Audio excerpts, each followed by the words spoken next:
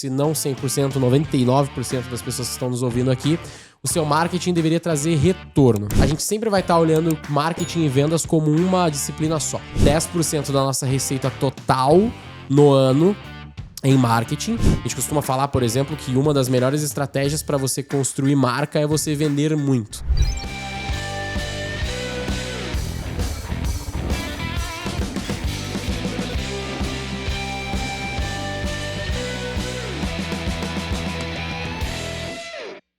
Bom dia, boa tarde, boa noite. Eu sou a Isa. E eu sou o Júlio. E você está? Na diretoria. O seu podcast sobre inovação, gestão e os bastidores das organizações. A diretoria é uma realização Tecni Methods, método de verdade. E patrocinada pelo Grupo Fleury. A gente cuida, você confia. Med Senior, plano de saúde para bem envelhecer. É isso, né, Isa? E hoje a gente tem um episódio super especial aqui no estúdio diferente, que o pessoal não tinha visto a gente ainda. A gente está super feliz de estar aqui na V4 Company, que é nosso parceiro aqui nesse projeto. E para quem é empreendedor aí da área de marketing, ou para quem está numa área de marketing e espera aí chegar com um diagnóstico no final do episódio, entender quais são os pontos de melhoria aí da sua área, o que pode fazer, eu acho que esse é a grande entrega que a gente está prometendo aqui para vocês hoje, então fica até o final que vai valer a pena. A ideia é que a gente disseque um pouquinho todos esses componentes para se estruturar uma área de marketing, para a gente conseguir efetivamente ter resultados, né? Não só ter uma área e talvez um mandato que ela não consiga entregar, mas algo que vá para a realidade da vida, mas como sempre também com muita técnica, com framework por trás. Não por acaso o nosso convidado de hoje fala muito de ROI, né? Assim, a empresa, eu acho que talvez a palavra que eu mais escutei desde que eu comecei a conversar com o pessoal. Então, assim, é isso. Como é que a gente gera impacto com as ações de marketing, para marketing não ser só aquela pauta de, né, um custo ali nas empresas. Então, acho que essa é a motivação aqui hoje. Não, muito bom. Então, para a gente explorar esse tema, a gente tem o Guilherme Lippert, um dos cofundadores da V4 Company, uma das maiores consultorias especializadas em marketing de performance do Brasil. Muito bem-vindo à diretoria. Eu que agradeço o convite, a disponibilidade e espero poder colaborar um pouquinho mais aí com você sobre marketing, vendas, tudo que for necessário aí para ajudar a galera a crescer os seus negócios. Conta um pouquinho da V4 e toda essa transformação que vocês vêm fazendo no mercado. Legal. Bom, se você está nos assistindo aí, está nos ouvindo agora e chegou até aqui e ainda não sabe muito bem o que é a V4, V4 é uma assessoria de marketing. A gente ajuda os nossos clientes, as empresas a venderem mais através da internet e hoje a gente é a maior do mercado com quase 7 mil clientes ativos, pouco mais de 4 mil colaboradores e 13 anos de negócio, mais ou menos, ajudando essas empresas aí a venderem mais. Então, esse é o nosso grande objetivo, essa é a nossa missão ali como negócio, é fazer os empresários terem mais retorno sobre o seu investimento, retorno, ROI. E é isso, resumidamente. E eu, Guilherme Lippert, cofundador da V4, estou praticamente desde o início do negócio e hoje cuido da área de produto e tecnologia, mas ao longo desses 11 anos de empresa, eu já passei por tudo. Já cuidei de pequenos clientes, grandes clientes, já fiz projeto para o Spotify e para academias de bairro, de tudo que é tipo. Ajudei os nossos franqueados, a gente tem 270 franquias hoje no Brasil, então a gente ajudou eles aí, eu também gerenciei bastante tempo os projetos com eles, então auxiliei bastante no crescimento deles, já toquei CS, várias outras áreas, o próprio marketing da V4 também, e hoje fui por último cara de produto, construí toda a estrutura de serviços da V4 e agora também estou cuidando de tecnologia. E eles são bons mesmo de marketing, viu? Porque tem uma frase deles que, assim, desde o dia que eu conheci a marca, ficou na minha cabeça. E por isso que eu contratei e hoje eles são parceiros nossos de negócio na Tecni. Nosso negócio é vender o seu. É verdade. E, pô, é deles que eu preciso. Assim. A POV. Eu tô precisando de alguém que me ajude a vender. Mas pensando assim na área de marketing, qual que é o papel dela numa estratégia de crescimento de uma empresa? Por que uma área de marketing? Qual é a diferença? E como importante é ter isso bem estruturado e trazendo resultados? Tá bom. Eu acho que assim, primeiro até pra gente setar alguns padrões, assim, até do que a V4 acredita, a gente bota muita fé que marketing, ele tem que vender. Então a gente aprendeu isso com o Sérgio Ziman lá atrás, quando a gente estava começando a V4, a gente entendeu que no ponto de vista dele, e hoje a gente concorda, o marketing só é marketing quando vende tudo aquilo que a empresa é capaz de produzir. Isso é uma frase literalmente dele que a gente sempre fala. Então, pra gente, em primeiro lugar, o seu marketing ele não pode ser um custo, que nem foi falado no início, né? Então, ele tem que ser um investimento para trazer retorno. Você tem que medir as suas ações de marketing, idealmente todas elas. Em casos muito específicos, lá na frente, você vai ter algumas ações que você não consegue medir pelo retorno sobre o investimento. Depois a gente pode falar disso.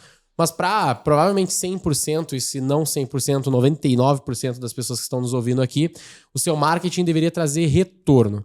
E quando a gente fala de retorno, a gente deveria englobar dentro de marketing vendas também. Então, aqui na V4, por exemplo, quando a gente, tanto internamente para o nosso negócio quanto para os nossos clientes, a gente sempre vai estar olhando marketing e vendas como uma disciplina só. Então, podem ter ali heads, donos desses dois problemas de forma separada, mas isso nunca pode ser analisado de forma separada completamente, porque eventualmente uma coisa que marketing faz vai mexer em vendas, eventualmente um problema que acontece em vendas também dificulta a vida do marketing, então isso é um problema único, e isso é uma coisa um pouco diferente que a gente faz aqui na V4, que a gente fala para os nossos clientes, diferente um pouco do mercado, é que essas duas coisas elas deveriam estar o mais juntas o possível, certo? No caso da V4, por exemplo, a gente tem o Max, que é o nosso CMO, mas o nosso CMO, ele é um C-level que ele responde por marketing e vendas. Então, existem ali os diretores e os heads e coordenação, gestores, enfim, abaixo, que cuidam de marketing e que cuidam de vendas, porque, obviamente, são coisas distintas ali no dia a dia da execução, mas tudo deságua num C-level só que responde por marketing e vendas. Então, isso é uma coisa... Ele responde pelo resultado de vendas da empresa. Ele responde por marketing e vendas, tanto pela aquisição de demanda, pelas campanhas que a gente faz, pelo jeito que a gente lança os nossos produtos, quanto também pelo quanto isso converteu na ponta, quanto que vendeu, para quem que vendeu, se vendeu para os clientes corretos, se bateu as metas de vendas ou não. Então, no fim do dia, é um cara que responde pelos dois, e abaixo dele vão ter aí times grandes. No caso da V4, tem umas 60 pessoas de vendas e umas 30, 40 pessoas de marketing, eu acho, alguma coisa assim, se não me falha a memória. Então, eles têm os times que têm as disciplinas distintas, mas uma única pessoa responsável pelas duas coisas. Então, essa é uma primeira distinção que a gente faz aqui na V4, porque se você separa as duas coisas sempre, então tu tem lá os chief vendas, ou sei lá, o cara de vendas, o cara de growth e o cara de marketing, você vai ter um problema. Você vai ter aquela discussão o cara de marketing mas vai falar, eu tô gerando lead, o cara não vende. O cara não vende. O cara tá falando, o lead que tá chegando não é qualificado. Lead é porcaria e tal. Então, se você tem um cara só pra responder sobre isso, primeiro que assim, ele vai brigar com quem, né? Ele vai brigar com ele mesmo, ele que se vire. Os heads ali que estão abaixo, os diretores, eles podem até eventualmente brigar um com o outro, e é bom, é positivo essa briga, porque eles vão estar querendo que o negócio cresça. Mas no fim do dia, cara, a culpa é de uma pessoa só, é de uma área só. E quando a V4 entra num negócio, por exemplo, como um cliente, a gente tenta o máximo possível fazer isso pelo cliente. Então, tentar olhar o marketing e vendas daquele cliente para tentar ajudar ele a crescer. Porque se eu gerar um monte de lead bom, mas eu não olhar para a performance do time de vendas, pipeline, taxa de conversão, estrutura, pitch, bunch, enfim, um monte de coisas que a gente pode olhar dentro do time de vendas, eu só vou ter gerado um monte de lead e talvez não gere o ROI no final. Perfeito. Então, por isso que a gente tem que olhar para as duas coisas. E quando os clientes procuram vocês, assim, falando de marketing, da pauta de marketing, assim, quais são os top erros que eles cometem, as maiores dores que eles chegam para você, assim, quando eles estão, vamos dizer assim, pedalando na pauta de marketing nas empresas? Normal, assim... A gente fala com várias empresas diferentes e existem vários problemas que essas empresas podem ter, mas eu acredito que o primeiro deles é essa falta de entendimento de qual que é o objetivo do marketing. Então, por isso que eu já comecei, mesmo que a pergunta fosse, cara, como que estrutura e tal, como que isso funciona, eu acho que responde essa pergunta, mas também é um problema comum, porque existe muita gente que vai estar sendo formada, não que a faculdade esteja errada ou algo do gênero, não é nem esse o ponto, mas...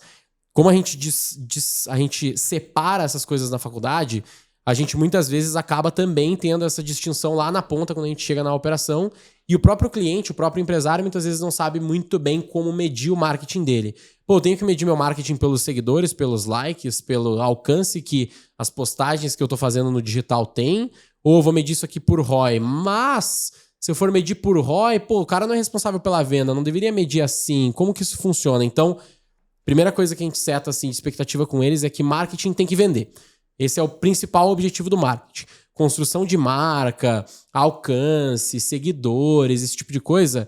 Tudo isso é também importante, mas deve ser uma consequência, na maior parte dos casos, de estratégias que vendem muito bem. A gente costuma falar, por exemplo, que uma das melhores estratégias para você construir marca é você vender muito. Então... Às vezes você pode olhar para a V4 e falar assim, pô, a V4 é muito boa de branding, né? Vocês devem ter feito várias ações de branding diferentes. A gente tem algumas características como o próprio estúdio aqui, pô, todo vermelho. A gente fez esse estúdio que ele é uma bancada ao invés de ser uma mesa, porque é um jeito da gente se diferenciar de todos os outros podcasts, que geralmente são uma mesa de madeira lá no meio, com 4 cadeiras, 2 de cada lado e tal, tudo muito padrãozinho. Então a gente tem esse nosso jeitão, né, que também acaba construindo marca, mas o principal ponto que fez a V4 ser conhecida no nível que ela tá hoje é que ela atendeu 30 mil empresas ao longo de 13 anos.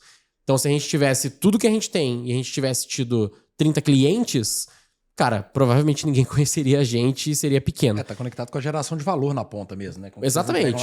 Com a gente tá trazendo cada vez mais clientes para dentro. Então, o primeiro erro, eu acredito que é esse, é não saber exatamente qual que é o objetivo do marketing. E depois, aí, por não saber, e eu acho que é uma consequência um do outro, mas por não saber qual que é o objetivo do marketing, acaba não investindo nisso. Então o cara tem uma loja, ou o cara tem um site, uma marca ou alguma coisa assim, e ele bota muito pouco dinheiro em mídia, muito pouco dinheiro em marketing, investe pouco nas pessoas que vão estar no marketing e vendas dele ali, e portanto não vai ter crescimento. Então esse talvez são os 2 principais pontos assim, que eu vejo como problemas ali dos empresários hoje em marketing e vendas. Você pode trazer um caso real onde a estratégia foi acertada, né, com esse diagnóstico que vocês fazem, com essa proposição de ações, e qual que foi o grande resultado? Assim, para a gente conectar com um caso, não precisa, obviamente, falar o cliente, mas talvez o setor, qual era a dor e o que foi feito? Não sei se é zoado eu usar o próprio case da V4, sim, mas é que a gente gosta de falar que santo de casa faz milagre aqui, né? Milagre, nesse caso, casa de ferreiro, espeto de prata, tem várias frases assim, né? Espeto de pau lá em Minas Gerais. É que o espeto de pau é um problema, entendeu? Então, tipo, casa de ferreiro, espeto de pau, aí, pô, casa de ferreiro, em casa você não faz direito. Mas aqui a gente brinca que é casa de ferreiro, espeto de prata mesmo, tipo, funciona dentro de casa. Porque. Certo. Exato. Porque pensa assim, ó, uma das principais críticas que a gente teve, por exemplo, com as agências no passado, a V4 é uma assessoria, não é uma agência, então isso também é pra criar, lá atrás foi usado muito pela gente pra criar, tipo, o inimigo em comum de, ó, V4 não é uma agência, tá? A gente não é que nem esses caras aqui do mercado, a gente é outra coisa. Hoje a gente já vem numa discussão diferente também, porque as agências só se ferram também um monte, porque a galera não entende o que esses caras fazem, tem um monte de agência boa e a gente batia nos caras lá atrás, hoje a gente entende mais a realidade deles e quer ser mais parceiro desses caras para que a gente trabalhe em conjunto. Mas basicamente, uma das críticas que a gente tinha, e isso ainda acontece hoje, é que as agências elas são os maiores precursores da empresa, do empresário, de falar para o empresário para ele investir em marketing, vendas, crescimento. Só que a maior parte delas não fazem isso para elas mesmas. Então, por exemplo, qual agência ou assessoria de marketing fora a V4 que vocês conhecem hoje? Que vocês veem, assim, tipo, recorrentemente nos anúncios, em mídia, em eventos, em vários lugares. Geralmente, ninguém conhece. Geralmente, são muito poucas, assim, pontuais que acontecem isso, sabe? Eu vou dar um depoimento pessoal, porque quando a gente estava procurando esse tipo de apoio lá na empresa, a gente queria uma assessoria, um apoio de ponta a ponta. E a percepção nossa do mercado era que você tinha isso muito fragmentado. Assim, você precisava contratar 3 agências ou freela, nem agência, ou freela separado. Assim, você tem que sair catando um designer aqui, uma pessoa para fazer o tráfego ali. E aí, pô, aí ficava essa discussão, né? Peraí, mas eu tô fazendo a parte de marketing aqui, crescendo a marca, mas eu preciso conectar isso, assim, se eu investir aqui, que é o que eu falo hoje com o meu pessoal do tráfego, eu falo assim, cara, tô investindo aqui, mas tem que virar lead, tem que virar venda, assim. Sim, sim. Se você não gerar esse negócio lá na ponta, isso não funciona. Então, a sensação que a gente tinha enquanto empreendedor, enquanto empresário, é que o mercado é muito fragmentado nesse sentido, assim. Você não tinha ninguém para te oferecer de ponta a ponta até eu conhecer, assim, né? Só comentando sobre isso, é que a operação ela vai ser fragmentada, né? Então, você tem lá um cara mais de mídia, você tem um cara mais criativo, você tem um copywriter, um estrategista, enfim, tem várias funções que podem existir ali no meio do marketing. E no mercado acontece muito essa fragmentação do cara se especializar em uma coisa. Então, você tem os gestores de tráfego no mercado. Pô, eu vou contratar um gestor de tráfego. Beleza, mas assim, você tem que contratar o gestor de tráfego, você tem que ter um design, você tem que ter uma copy, você tem que ter uma page, você tem que ter o produto, você tem que ter a oferta, você tem que ter aonde que esse lead vai cair, daí você tem que ter um CRM, você tem que ter o time de vendas. Então, tipo, você tem 9 coisas aqui que é normais que você tem que ter num dia a dia, que só o gestor de tráfego é nada, assim, é só um pedaço. Então, você contrata o gestor de tráfego, aí o cara não faz milagre, porque assim, ele pode fazer o melhor trabalho do mundo, mas se você não tem o resto, o time de vendas, enfim, por exemplo, cara, não vai dar resultado. E aí o gestor de tráfego é horrível, péssimo, puta profissional ruim? Não. Tipo, o problema foi do empresário, nesse caso, que não sabia o que ele precisava, e ao mesmo tempo do mercado, de certo modo, por vender essas coisas fragmentadas e não explicar como que o negócio realmente funciona, sabe? Então, tem esse problema. Mas aí, só voltando sobre case, pensa que a primeira coisa que a gente fez na V4 foi que a gente começou como toda agência começa. Então, a gente começou vendendo por outbound, ou seja, lá atrás o Denner, hoje CEO da V4, ele ligava pros clientes e falava, cara, você precisa ir vender no Orkut, MSN, Facebook, enfim, que tava começando. MSN não, né? Mas enfim. E aí foi assim que começou. Pega 1, 2 clientinhos ali. E ao longo do tempo, conforme foi chegando mais a mídia paga no Brasil, isso estamos falando de 2013, 2014, por aí, a gente começou a ver que isso era interessante. E a gente também começou a fazer isso para nós mesmos. E aí, cara, começou a funcionar. Porque assim, quando você começa a botar mídia, começa a gerar contatos ali, leads, enfim, o negócio vai funcionando.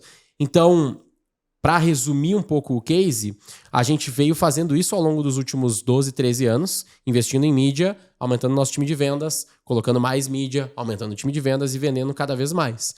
Para chegar num ponto de que hoje, em 2025, a gente vai investir mais ou menos 42 milhões de reais em mídia no ano, já está investindo aí mais ou menos quase 3, acho que 3 milhões já por mês de mídia e vai aumentar isso ao longo do tempo, ao longo do ano, para chegar a mais ou menos uns 40, 42 milhões de reais. 42 ou 46, não lembro bem agora, 40 e poucos milhões de reais até o final do ano.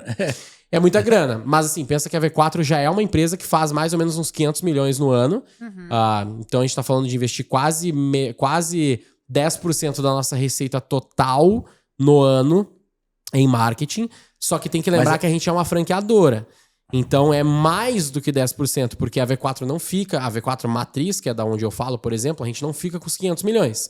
Na verdade, da maior parte desses 500 milhões, a gente fica só com aproximadamente 17% disso.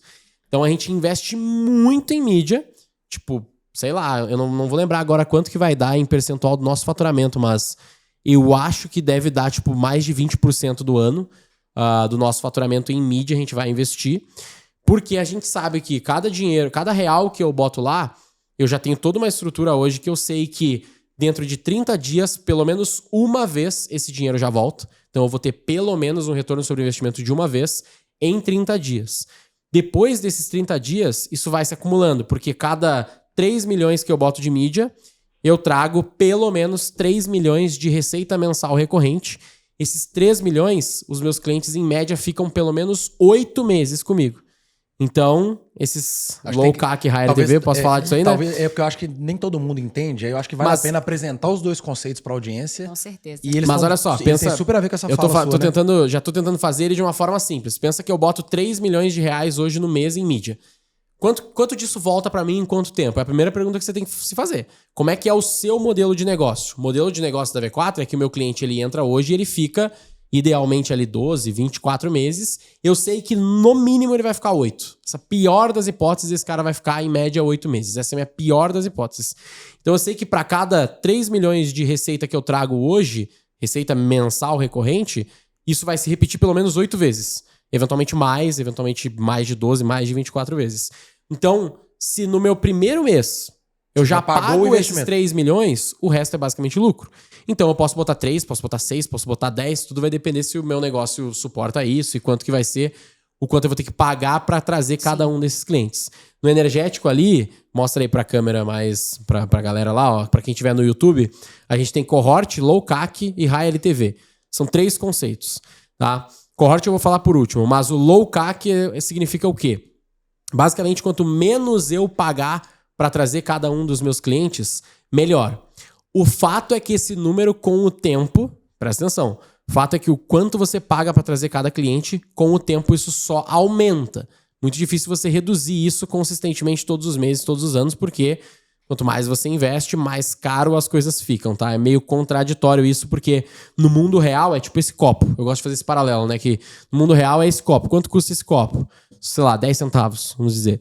Então, se eu comprar um copo é 10 centavos, se eu comprar 1 milhão de copos vai ser quanto? Sei lá, 1 centavo. Porque quanto mais você bota dinheiro em copos descartáveis, mais barato fica. No investimento de marketing, não necessariamente isso acontece. Na verdade, o que normalmente ocorre é ao contrário.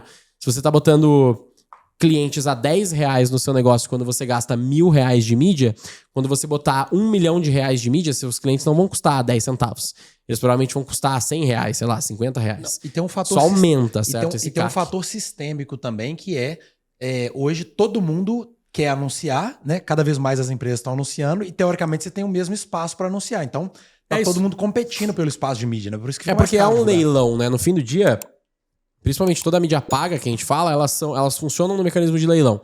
Então, ou seja, tu vai ter um espaço ali, que é X horas que as pessoas estão no telefone, ali vai ter um espaço de anúncio. Esse espaço de anúncio vai ganhar quem pagar melhor e quem servir melhor, obviamente, também o anúncio, né? Se você colocar um anúncio absolutamente aleatório, que não tem engajamento, que as pessoas não vão gostar, o custo para imprimir aquele anúncio fica cada vez mais caro também, porque o Facebook vai te punir, ele não vai querer que você apareça. Agora, se o seu anúncio é bom, relevante e você está investindo, você vai conseguir imprimir, aparecer mais vezes para esse usuário. Só que pensa assim, tem um número limitado de usuários também, não é nem só a questão de muitos anunciantes, mas tem um número limitado também de usuários na plataforma no dia, naquele momento.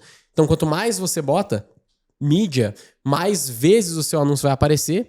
Então, às vezes, você nem consegue imprimir para mais pessoas naquele período. Mas então, você garante que aquelas que estão lá, elas estão realmente vendo. Estão vendo e vendo várias vezes. Só que se você imprime várias vezes, você spama quase a sua audiência com anúncios, não necessariamente você vai converter mais. Porque se aquele cara já viu o seu anúncio 3 vezes já tá cansado. E uma parte já converteu, será que se ele vê 10, uma parte muito grande vai converter? Não, você não vai fazer converter 3 vezes mais pessoas. O cara já viu o seu anúncio 3 vezes, uma parte converteu.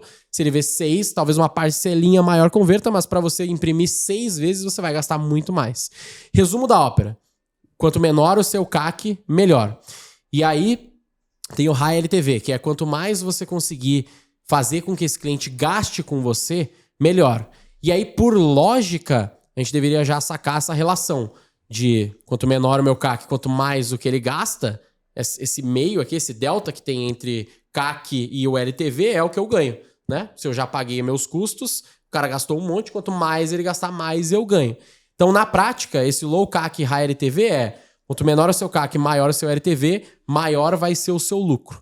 Esse LTV se chama Lifetime Value, que é o valor do cliente ao longo do tempo, que é quanto o seu cliente deixa de margem de contribuição para sua empresa. Certo? Não sei se vale a pena fazer o cálculo aqui agora, mas já tá a informação pra galera poder buscar ali. Legal. LTV, Lifetime Value, o valor do cliente ao longo do tempo. E a gente também, assim, vai aparecer um pop-up na tela explicando os conceitos. Isso. Exato, vai ter os nomezinhos ali pra você pesquisar. Mas pensa na lógica, gente. É relativamente simples. Se você investe R$1.000 pra trazer um cliente, ele deveria pelo menos, para você não perder dinheiro, ele deveria pelo menos trazer uns 1.000 e poucos reais ali, se a gente considerar imposto, mais alguns custos e tudo mais. Sei lá, uns 1.200 reais mais ou menos ele deveria deixar com você. Pra você ficar no 0 a 0. Pra você ficar no 0 a 0, né? Só que se você traz um cliente a R$1.000 e você sabe que esse cliente deixa de margem para você 50 mil reais, vamos dizer que você tem essa relação. Cada R$1.000 que eu gasto me traz 50 mil reais. Cara, sei lá, se eu tivesse um negócio como esse, eu ia botar dinheiro infinito em mídia. Eu ia pedir empréstimo pra tudo que é banco, pra tudo que é lugar pra botar dinheiro. Geralmente essa relação 50-1, ela não é a mais comum, né? E se ela existir no seu negócio, você provavelmente só tá investindo pouco, que é um problema bem comum também. Mas esse número que você tem que buscar, que é quando eu boto R$1 de mídia lá, quanto que volta pra mim? E mídia não precisa ser só mídia paga, tá? Não precisa ser só Facebook, Google, ser, por exemplo, Instagram. Pode ser um evento, exatamente. A V4 faz um monte de evento. Desses quase 50 milhões, eu acho que uns 4 ou 6 milhões, alguma coisa assim, acho que é uns 4 milhões mais ou menos que a gente gasta só em eventos. Então a gente também faz mídia offline, a gente faz o Pânico, por exemplo. Se você vê lá uma vez por mês, a gente tá no Pânico fazendo um anúncio na rádio e gera muito ROI também. E aí tem também toda a nossa estratégia lá que eu posso contar depois se vier ao caso. Mas a questão é que a gente é implacável na vontade de medir o retorno de cada uma das ações. Legal. Eu não vou meter minha marca lá no Pânico só pra falar pra minha mãe que eu tô no Pânico, pro meu pai, sei lá, whatever. Tipo, não. Mas você tem que fazer awareness. Não, pô. Se eu vou estar lá, os caras estão agora vendo o negócio no YouTube, eu posso meter um QR Code lá, por que eu não vou fazer uma oferta e metrificar essa oferta especificamente? Quantas conversões eu tô fazendo pelo código. Exatamente. Esse é o exemplo mais simples do mundo assim de medir. Mas tem que ter a lógica de, cara, medir cada uma das ações. Guilherme, uma dúvida. Existe Viajei alguma... aqui, falei um monte de Mas coisa, eu né? acho que Vamos isso lá. é legal. Pô, a gente tá Pra quem maluco tá em aqui, casa, pra quem né? tá escutando, tá assistindo a gente, existe uma referência de quanto seria uma proporção CAC LTV ideal Média do ou mercado, sei média? lá. Ou pra você saber assim, Aham. cara, Só pra dar um tô ponto de numa boa referência pra performance. galera, né? Legal. Eu vou falar o seguinte, ó. Primeiro ponto, voltando lá nos erros que a gente falou, primeiro erro é que no nível 1 da maior parte dos empresários, e assim, muitos dos que estão nos ouvindo aqui provavelmente estão nesse nível e tá tudo bem. A maioria deles nem conhece isso. Tá ouvindo CAC, LTV, nem falamos de cohort, não vem ao caso agora, mas CAC, LTV, nunca ouviu falar. Esse é o primeiro erro, esse é o primeiro nível. Então, primeira coisa, aprende esse negócio direitinho. Vai lá no YouTube da V4, tem um monte de vídeo. Se você souber inglês, pesquisem isso em inglês também, que você vai achar 1 milhão de artigos, um monte de coisa. Fica expert nesses dois indicadores, que é CAC e LTV. Entende isso bem como funciona. Aí o nível 2, que é sobre benchmark, modelos, números, padrões. A primeira coisa é você descobrir os seus indicadores. Então você aprende, depois você aplica no seu negócio, para entender qual que é o meu CAC, qual que é o meu LTV, certo? E aí, o CAC e o LTV, eles são uma relação, como eu falei. Então você vai chegar num número, quando você divide o seu LTV, o valor que seu cliente deixa com você, você divide isso pelo seu CAC, você vai ter um número. Esse número a gente chama de ROI na V4. É diferente do ROI que você aprende na internet ou em outros lugares. O ROI é outro número, mas a gente chama isso de ROI porque na prática é o quanto de margem você está deixando depois de pagar todos os seus custos para trazer esse cliente no seu negócio. Então, se você tem lá você, sei lá, tem uma academia, vamos supor, tá? Você, só para fazer a conta e aí vai chegar na resposta. Então, você tem uma academia, um negócio que o cliente deixa R$100 por mês com você, esse cliente em média fica 12 meses. Quanto que você fatura com esse cliente? R$1.200. Super simples a conta, R$100 por mês, enfim, R$1.200. Vamos supor que você tenha 50% de margem de contribuição. Ou seja, você paga todos os seus custos variáveis lá, pô, o seu imposto, você paga comissão para vendedor, enfim, você pagou lá, sobrou metade. Sobra R$600, certo? Esse é o seu LTV. Então aqui já explicamos a conta no fim do dia, né? Então você vai tirar a sua margem de contribuição do que você fatura com um cliente ao longo do tempo, você vai ter o seu LTV, o seu valor do cliente ao longo do tempo. Depois você vai dividir isso pelo seu CAC. Vamos supor que você pagou R$100 para trazer esse cliente. Então você investe em vários canais de mídia lá na sua região, pode ser online ou não, e você gastou, em média, R$100 para trazer cada cliente. Você vai dividir um pelo outro. 600 por 100, você vai ter o número 6. Então você sabe que para cada real que você investe em mídia, você traz R$6 de margem de contribuição ao longo do tempo. Certo? Esse é o número. Gui, 6 é bom ou ruim? 6 eu já digo que é bom, mas qual que é a primeira coisa que você vai fazer? Antes de você começar a pensar o que é o bom perante mercado, perante benchmark, primeira coisa que você tem que fazer é descobrir o seu. Cara, fiz a minha conta e o meu é 0.2, é 1.1, é 69, sei lá, o seu número. Qual que é o seu número? E a partir do seu número, você vai melhorando ele, certo? Esse é o melhor benchmark do mundo. Porque se você começar a se comparar com os outros, vão ter N variáveis ali no meio que você não controla.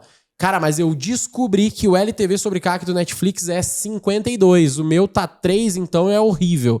Não necessariamente, velho. É outro business totalmente diferente. Você não é um unicórnio Netflix que acertou uma estratégia muito específica e que não faz sentido. Não, é incomparável, sabe? Tipo, literalmente um unicórnio, $1 bilhão, muito mais do que isso hoje em dia.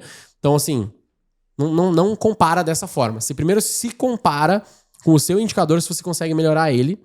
E depois, no máximo, você procura benchmarks do seu setor, que aí fica um pouquinho mais seguro. O que é um número bom, no geral?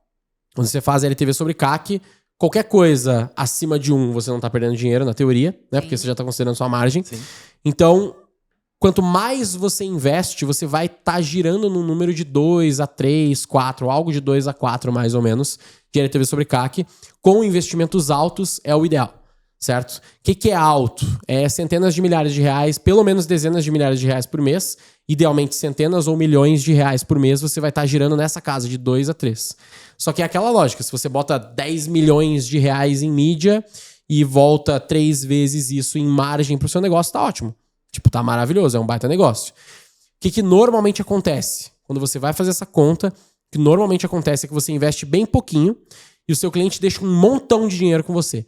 Aí você vai fazer a conta e vai falar, cara, deu 200 o meu LTV sobre CAC. Sim, porque você gastou, sei lá, R$500 de mídia, você trouxe uma venda, Uma venda, o cliente, você não vai saber nem fazer a conta, porque a maior parte dos empresários vai falar, não, pô, meu cliente fica infinito comigo, ele nunca cancela. Até você ter um monte de clientes, você vê que clientes cancelam, clientes quebram, clientes dão um monte de problema, o cara se muda. Sei lá, se não é um B2B, o cara se muda, acabou, ele já não é mais seu cliente. Então, você vai aprender que ao longo do tempo você vai ter perda de clientes, se você começar a chegar numas médias, mas quanto maior for o seu número, tipo, acima de 10, acima de 20, se esse número for grande, provavelmente o problema é que você está investindo pouco.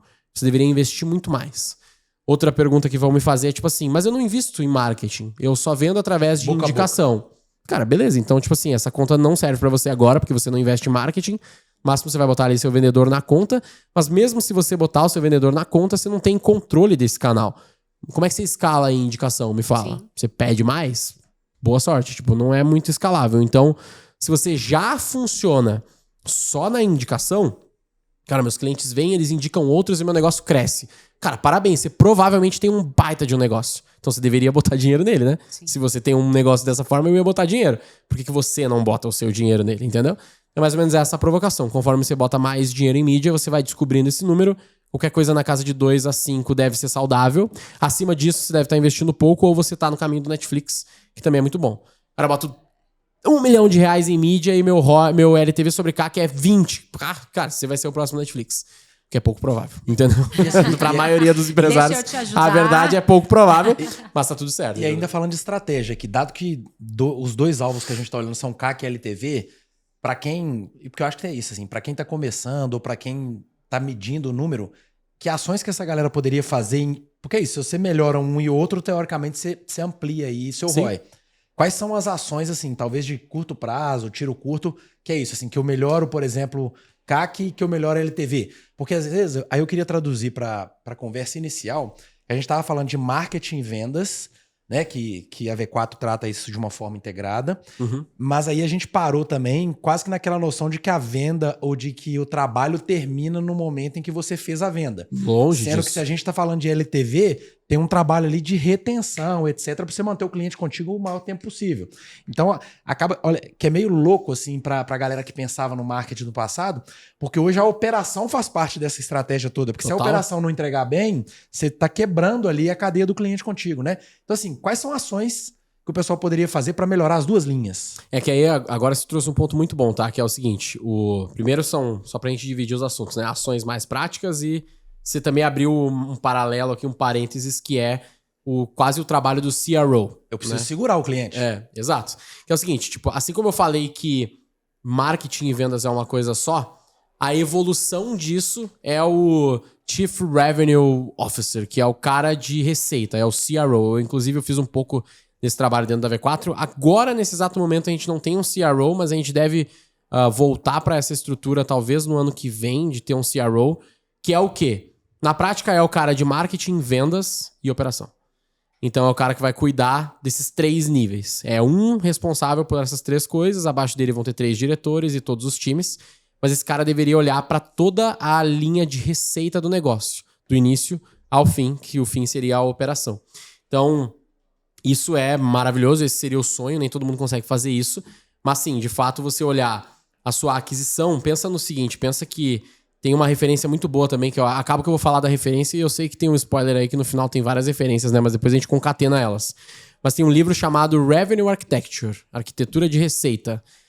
Esse livro, basicamente, ele fala sobre o bow tie, que é o jeito que eles tratam funil. Então eu vou tentar falar de uma forma ilustrativa pra galera que tá nos ouvindo, né? Então, pensa que esse funil, ele vai ser uma gravata borboleta, que é o bow tie, que o formato dele é de gravata borboleta. Então ele começa gordinho na esquerda, ele vai reduzindo até a metade, aí na metade ele fica retinho e depois ele vai engordando de novo até o outro lado direito. Isso é genial. Certo? Eu aprendi aqui também. E aí essa é o bow tie, que é parte da arquitetura de receita, que é um livro bem complexo, só tem em inglês, é bem louco. Mas se a galera tiver na cabeça esse desenho da gravata borboleta... O desenho da gravata borboleta borboleta é um empresário perfeito. pequeno, assim, porque às vezes o marketing dessa empresa vai ser o cara. É isso aí. Só que se ele entender que ele tem que fazer, ele tem que trabalhar na boca aberta do início, naquele momento da conversão e depois, né, pensar em ampliação, é isso aí. Já valeu pra ele. Pensa que dentro dessa gravata borboleta, da esquerda pra direita, ela sendo gordinha, fechando no meio e abrindo de novo, o que isso representa? A esquerda, que vai diminuindo é da esquerda, é do início do cara conhecendo o seu negócio, até o meio, que é quando ele fecha um deal com você, fecha uma venda. Ou melhor, ele compra de você, né? Fecha uma compra. Então ele compra de você. Seja você B2B, B2C, indústria, o que for, cara, não importa muito o seu modelo de negócio. Funciona pra mim? Funciona pra você. Ponto. Não importa quem seja você, já te respondo. Funciona pra você. Porque a lógica é sempre a mesma, indiferente do negócio. Então, você começa com conhecimento do negócio, ele vai, vamos dizer, descendo nesse funil, nesse caso andando de lado, até ele comprar o seu negócio, seja ele B2C ou B2B. Depois, do lado direito, você vai começar a expansão da relação com esse cliente. É quando você começa a aprofundar a relação com ele, você entende aquilo que ele precisa, você pensa em novas soluções, você entrega melhor o seu serviço e você vai renovando contratos com ele. Seja ele comprando um tênis, se ele comprar um tênis só na sua vida, provavelmente você vai perder dinheiro. Principalmente se você escalar esse negócio. Se ele compra um tênis e nunca mais volta, ferrou. Qual a chance da sua margem de um tênis ser um negócio que te dá milhões de reais de lucro? É muito baixo, né? Você deveria vender 10 tênis ao longo do ano, idealmente. Ou pelo menos 3.4, que nem a Arezzo, ou é algo assim, mais ou menos, que ela vende de sapato para as mulheres. É algo nesse número aí de 3.4. A cabeça aqui é tipo assim, se ele compra o tênis, ele vai precisar de uma meia, ele vai precisar de um short. Não é só essa. A questão, o primeiro pensamento é, se ele compra um tênis, ele deveria comprar uns 4 no ano. Ou seja, ele deveria comprar vários tênis com você. Depois você expande isso pro cross-sell também. Então, depois que ele compra tênis, ele também vai comprar meia. Depois que ele compra meia, ele também pode comprar shorts. E aí, todo o resto das roupas que eu tiver na minha multimarca. Ou se eu vendo só tênis, eu poderia vender talvez um serviço de cuidado desse tênis, se o tênis for um tênis caro. Não sei. Você tem que pensar no seu negócio e nas necessidades do seu cliente. Mas a questão é, do meio pra direita, você deveria ir engordando a sua receita com ele, vendendo mais coisas para esse cliente. E é assim que você traz receita pro seu negócio. E tem umas palavrinhas mágicas também que às vezes o empresário pequeno que escuta a gente aqui não vai conhecer e que eu assustava quando eu escutava de cross, up, down, assim. Eu lembro que isso me assustava, assim. O que é isso? Cara, é bem simples assim. Tem a ver com essa abertura da boca do funil aí, né? Pensa que assim, toda venda que você faz pro seu cliente, ela vai estar dentro de uma categoria, certo? Então, se o cara já comprou uma primeira vez com você, ele é só uma venda, ele é uma compra. Se você vender um produto adjacente, um produto do lado, um produto que seja tipo a meia pro tênis, um produto parceiro ali, você tá fazendo um cross-sell, uma venda meio que na horizontal para outros produtos que você tem complementares. Se você vende para um produto mais caro, ou você aumenta o valor do seu produto ao longo do tempo, e você vai aumentando isso e renovando um contrato com ele ou algo do gênero, aí é um upsell. Se você faz o contrário, cara, vou reduzindo esse contrato, reduzindo o valor do meu produto para esse cliente ao longo do tempo, você tá fazendo downsell.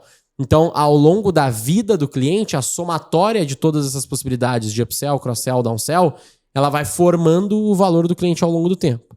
Então, quanto mais produtos você conseguir vender para ele, não é você enganar o seu cliente ou você...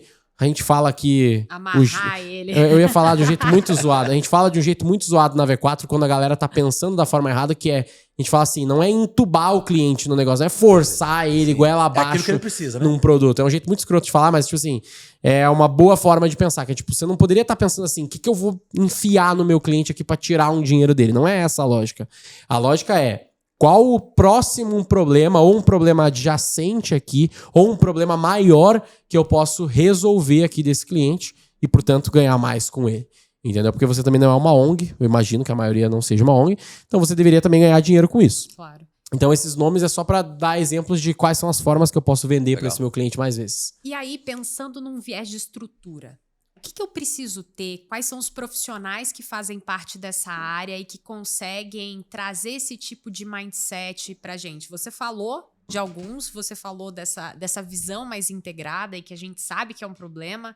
Às vezes a gente tem uma oferta estruturada, a gente tem uma conversão, mas na hora de entregar tudo que o vendedor te prometeu, ele não entrega, e aí você perde aquele cliente.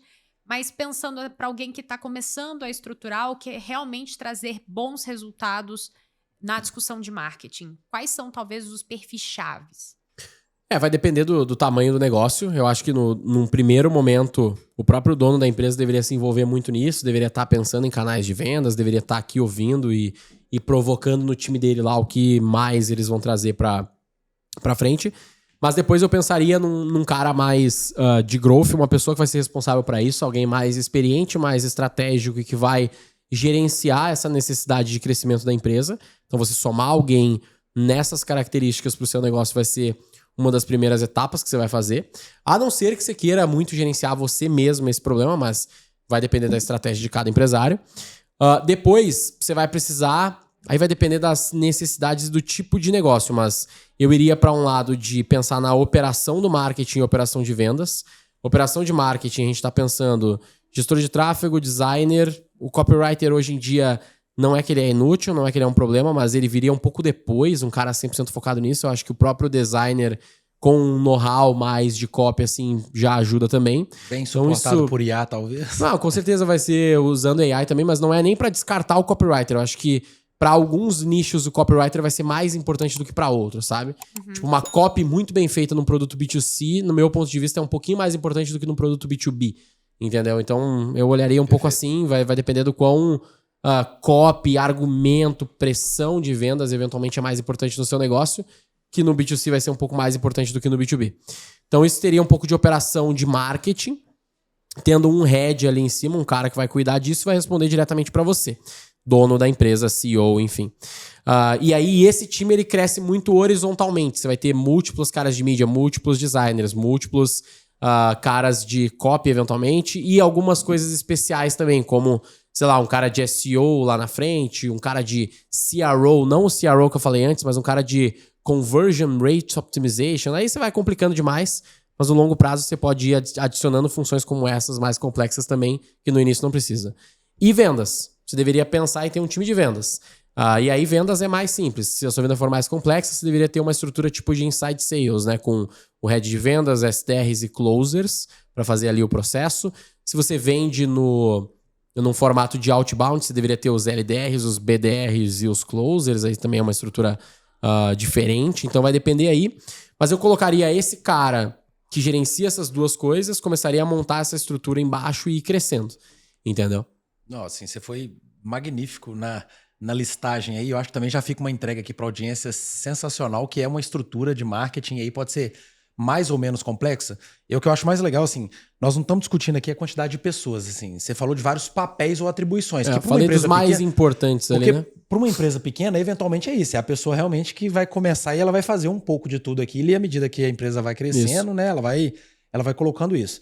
Para esses papéis-chave, assim, você consegue fazer um resumo de uma frase, assim, do papel de cada um desses? Porque eu falo que para mim... Tipo, quase como se fosse um job description, você fala? É isso, assim, é um tweet de cada posição dessa, para a pessoa que tá assistindo a gente aqui sair com, tipo assim, a lista de cargos aí mais importantes de um setor desse, para ele, nessa ordem que você sugeriu, ele, por exemplo, ele sair contratando. E a gente vai colocar na tela para facilitar, inclusive com as traduções. Eu me sinto chat GPT e você dando um prompt. Tá, agora resume tudo num tweet para cada coisa. Não, a gente pode perguntar pro chat GPT também, mas não, eu acho que eu vou dar mas eu acho que a resposta assim, vai ser melhor que a dele. Uma visão geral, que até ia complementar, mas... missão, assim mesmo, muito menos em descrição mandato, do cargo, mas qual que é o mandato, a entrega dessa pessoa de valor. Pensa que esse cara, que é o seu head de marketing e vendas, ele tem que ser uma pessoa com mais experiência em trazer crescimento para negócios. Vai ser um cara que já teve funções de coordenação, head, diretoria de marketing ou vendas, um dos dois. Que geralmente você não vai ter um cara que já tenha experiência nesse formato, marketing e vendas. Você vai ter que escolher um ou outro. Eu recomendo você ir com o que for mais fraco do seu lado. Pensa assim, ó. Complementar o seu perfil. Isso, exatamente. Cara, eu vou então mais no marqueteiro ou mais no cara de vendas? Depende de que dono que você é. Você é mais marqueteiro ou você é mais vendedor? Cara, eu sou mais vendedorzão, eu consigo desenrolar o time de vendas aqui bem com o cara. Então, contrata um marqueteiro. E vice-versa. Certo? Então, eu nunca tinha pensado dessa forma, mas acho que isso é uma boa forma de estruturar. Porque, por exemplo, o Denner, conforme ele foi fazendo isso no time dele, ele foi trazendo vendedores primeiro. Então, ele é muito marqueteiro. O Denner, ele é muito marqueteiro. Então, ele foi tocando o marketing junto com o time e ele foi tirando vendas da mão dele, passando para vendedores do lado.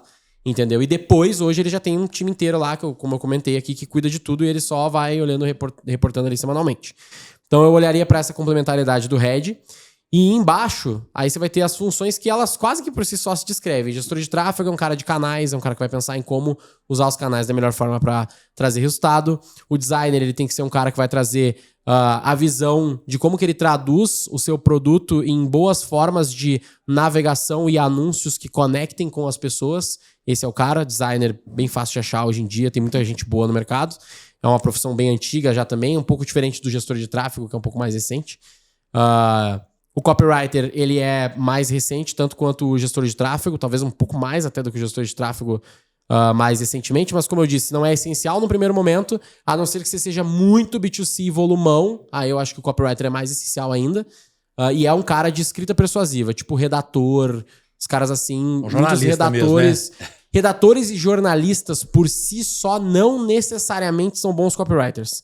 Mas muitos redatores e jornalistas estão indo pro lado do copy também. Legal. Então eu olharia para um cara que, sei lá, no LinkedIn ele vai estar escrevendo sobre coisas parecidas com isso e tal, vai estar falando de copy e já dá uma boa filtrada. Em vendas, cara, vendas para mim é mais simples ainda, porque as funções são bem óbvias. Tu tem o LDR, esse cara ele é um construtor de lista, ou seja, ele vai encontrar as pessoas que você vai entrar em contato numa operação de outbound, que é aquela operação que você pega, liga e vai atrás dos clientes na raça, no dedo. Isso aqui é relativamente pouco efetivo, principalmente no Brasil. Brasil, muita gente sofre demais. O cold call antigo lá, né? O cold call é muito difícil no Brasil. A gente não tem cold call quase na V4, por exemplo. A gente já testou de tudo que é coisa e o ROI não compensa na maior parte dos casos. Mas, enfim, dependendo do seu negócio, pode ser que o único jeito seja esse, enfim... Principalmente negócios de ticket muito alto, de muito relacionamento e só tal. Um comentário também, porque assim, para quem vai construir essa lista, não necessariamente ele precisa construir uma lista assim, deixa eu olhar minhas empresas-alvo e achar a pessoa. Aquilo que você falou da indicação. Provavelmente uma lista pode vir de indicação. Uma lista pode vir de alguém que você conheceu num determinado evento. Porque parece que a lista é só de prospectar contato frio. Pode ser. É que o LDR ele é mais sobre prospectar o contato frio mesmo. Porque daí depois a gente pode falar disso aí das indicações, por exemplo. Porque pra mim isso é o trampo do cara do inbound mesmo. Então o próprio closer ele deveria estar fazendo isso. Depois eu posso contar um jeito de fazer. Mas legal. Só pra fechar as funções de tweets. LDR, cara que constrói lista. Ele vai ser um cara menos experiente no mercado e que ele vai ser mais focado em levantar hipóteses de pessoas que vale a pena contatar. BDR é o cara que vai atrás e contata dentro dessa lista. Então é um vendedor mais tradicional, só que ele vai estar focado no outbound. Aí você tem o closer, que é o cara que chuta pro gol. É um cara vendedor mais experiente, é um cara que vai entrar na call, vai explicar o seu produto e tal, num processo de inside sales. Ele vai, tipo assim, fazer a venda, ele one-on-one com o cliente, ele vai fazer a venda. Vai entrar na call, ou vai visitar o cliente e vai fazer essa venda. E o SDR, ele tá do lado ali do BDR, só que o SDR, ele é um qualificador. Ele é um cara que qualifica as oportunidades que estão chegando no inbound das suas campanhas. Então ele vai basicamente medir se aquele cliente que está vindo numa campanha sua, se ele pode ou não ser cliente de você de verdade. Então ele faz um filtro... com um cliente, por exemplo, que não compraria de você. Isso. É fazer um filtro pro closer só chegar coisa boa. Entendeu? Então essa é a estrutura de vendas. Você vai ter um head de vendas em cima, obviamente. Um coordenador, um gerente, o que for. E é isso. Basicamente. Massa. De funções. Aí você tem o Sales Enablement também, mas aí eu não sei se vale a pena aqui agora, mas conforme esse time cresce, você vai ver que tem muita distinção de performance entre cada uma das pessoas. Então, eventualmente um SDR trabalha melhor, um BDR trabalha melhor, um closer é bom, um closer tá capengando ali, enfim. Aí você tem as funções de Sales Enablement, que são os caras que vão estar treinando essa galera recorrentemente. Mas isso é mais médio e longo prazo. Legal. E quando você chegou numa empresa e viu que a área de marketing, em vez de ajudar, ela estava atrapalhando. Tinha tanta gente, tinha tantos processos, ela era mega engessada e não entregava. Você vê essa realidade? O que você acha? Ou quais foram pontos que vocês trabalharam para realmente alavancar e fazer com que o marketing entregasse os resultados?